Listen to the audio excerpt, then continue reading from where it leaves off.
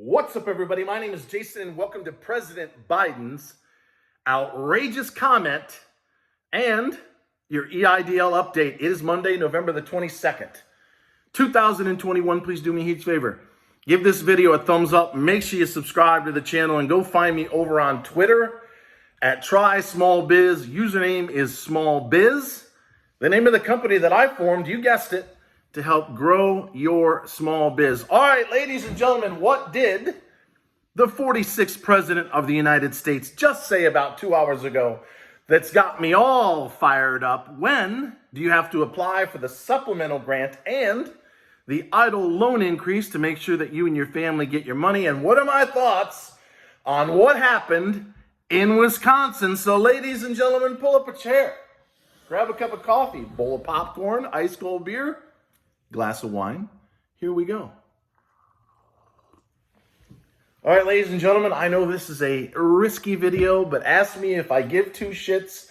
I am no different than many of you. I have thoughts, feelings, emotions, imperfections, flaws, insecurities, but I have a pretty good idea as to what's really going on in the small business community and something we call the United States of America. So with that said, let me start by saying, if you are a low-income community member and you suffered a 50% economic loss, the SBA is asking you to apply for the $5,000 supplemental grant by no later than December the 10th. Why? They're concerned that by law, they're not going to be able to fund the supplemental any later than December 31st, 2021, when the entire Eidl program is scheduled to end. However, as I said in the last video or two, if you're going after the Eidl loan increase, you have a full 2 years from the date of your initial loan to apply for the increase. So let's say that you got your initial Eidl loan a year ago, November of 2020. You have until next year, November 2022, to go for your increase up to $2 million. So the bottom line is this.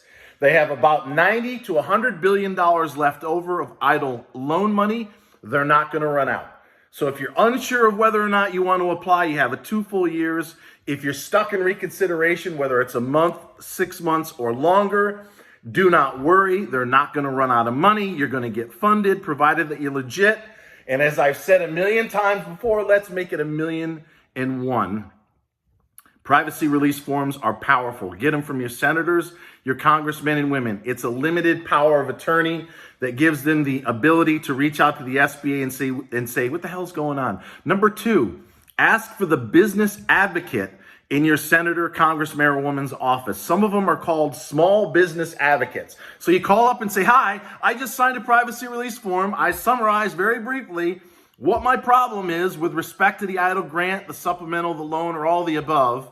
But I need to speak to the business advocate or the small business advocate in your office. They all have one. You just got to be persistent and keep plugging away. Get a score.org counselor. Reach out to your local SBA. And yes, it does say to do that in the SBA's frequently asked questionnaire at sba.gov. And Ms. Guzman has said it on more than one occasion. So if they give you any pushback, politely remind them of the fact that their boss, Ms. Isabel Guzman, suggested that you reach out. All right, ladies and gentlemen, what did President Biden just say that's really gotten under my skin? He just called himself, and I quote, the small business president.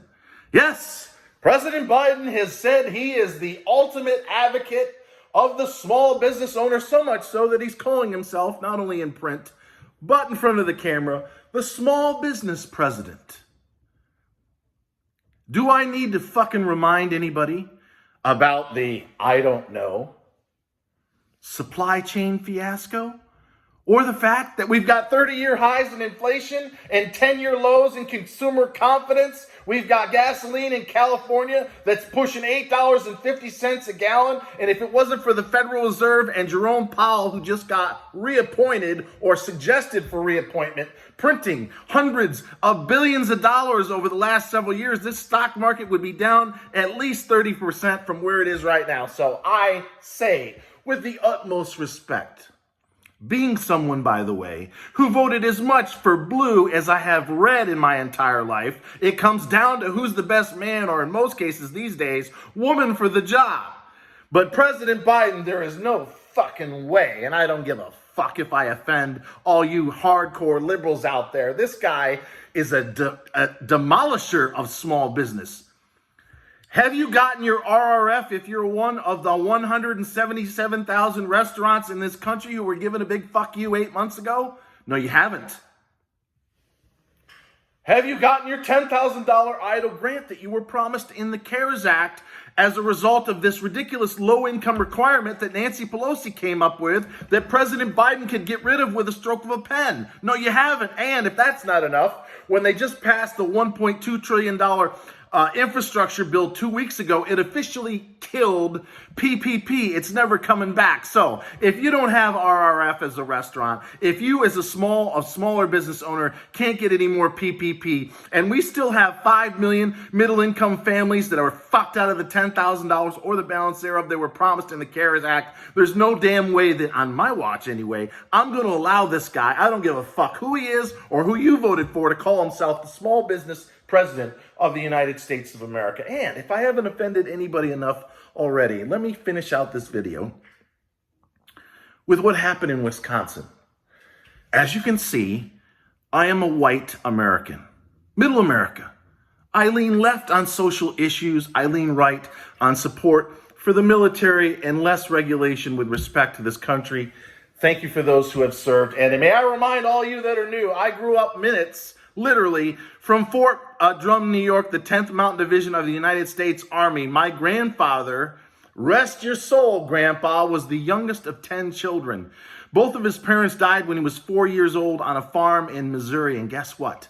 He was raised by an all-black family. And when I was a teenager, I worked on the base in Fort Drum, New York. And after work, we would play basketball, sometimes with my father, rest his soul, with black and brown kids. In other words, I was raised as a resident of Atlanta, Georgia, to have tremendous respect for those who have a different skin color than myself. However, I am sick and fucking tired of the fake news / social media labeling guys like me white supremacist without any regard for the facts whatsoever. When I saw the tragedy, along with many of you, in that red SUV just mowing down innocent men, women, and especially the children, last I heard 5 dead, over 20 wounded, I said, I guarantee the ambulance chasers at CNN are chasing that thing down right now, and they want answers to 2 questions.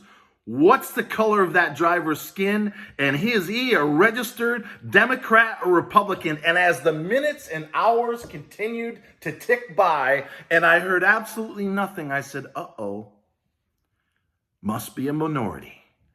And we learned here in the last few hours, prospect, or should I say suspect number 1, and the evidence is overwhelming, happens to be an African-American man who is a part-time rapper. And in the video that you can find all over social media, he is standing in front of a red SUV that matches the vehicle that we saw to a T. But can you get the man's name or the color of his skin, or maybe the fact that he's a registered Democrat on CNN or MSNBC? No, you can't. And might I add, you shouldn't. A lot of folks have the same name. That's why they often give the middle name. John fill-in-the-blank Smith. Because there's a lot of John fill-in-the-blank Smiths, and this guy's name is rather common. So as far as I'm concerned, we deserve the facts. Plain vanilla. 28-year-old African-American male from X, Wisconsin. That's all we need to know.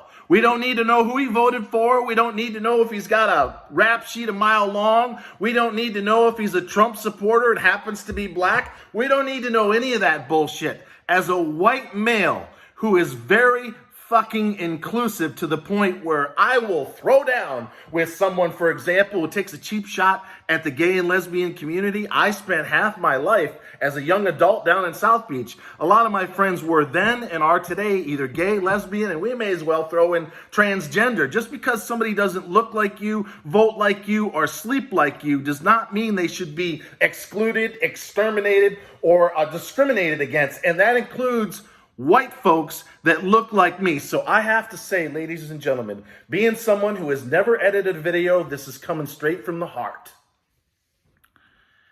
I'm at a loss for words lately. I see our country going to shit in many respects, and they are constantly ginning up the race war. Because if it's not going to be a pandemic that they can do to get us to stand 6 feet apart and wear a fucking mask for the next 18 months when we see COVID 23, 24, 25, 26 and beyond, it's going to be a race war. You can't go outside. Those black guys down the street are going to put a bullet in your head. You can't go outside. You get your ass inside. In fact, we'll send you a guaranteed living wage, right? They're experimenting with that. As long as you stay inside, you wear a mask if you ever leave, and if you dare vote for the wrong guy or break the law, we're going to take the money back. Folks, that is the direction that they're going. We have the mass resignation, or what they call the Great Resignation in the United States, where millions of people are just throwing in the towel and quitting. They are intentionally destroying the entrepreneurial spirit in this country, and they're using race and politics to drive a wedge between us to the point at which, I don't know, it turns into the Hunger Games, Purge, take your pick. But it ain't going to happen on my watch. As I said at the open, I am not a perfect man.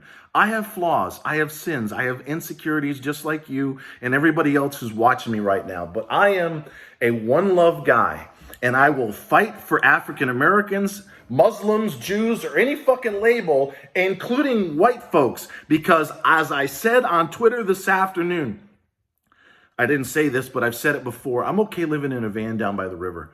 There's not enough fucking money in the world or social media fame that's going to get me to muzzle my fucking mouth. So if they attempt to cancel my ass, you'll be able to find me in January at trysmallbiz.com and in the mobile app store, unless they want to pull that down. And I can promise everyone who stuck through this video until the end, I don't care what the color of your skin. I don't care who you're sleeping with or not sleeping with. I don't care if you're rich or you're poor or what side of the fucking tracks you're on, whether you're in a purple zone or not. I'm going to fight tooth and nail. I'm going to give everything I have for everyone that deserves my help as a small business owner to get you and your family 10 grand regardless of size or location, 24 months of working capital. We now have $2 million loan caps, and yes, Big Ben fucking Cardin, who on December 7th of last year in a Facebook Live told Karen Mills, head of the SBA under President Obama, if I had my way, said Big Ben Cardin, I'd have the Eidl loan forgiven, treated just like PPP, so that you will never pay the SBA a fucking dime. So until next time, ladies and gentlemen, boy, this was a good one. Always remember that I love you, and thanks so much for watching.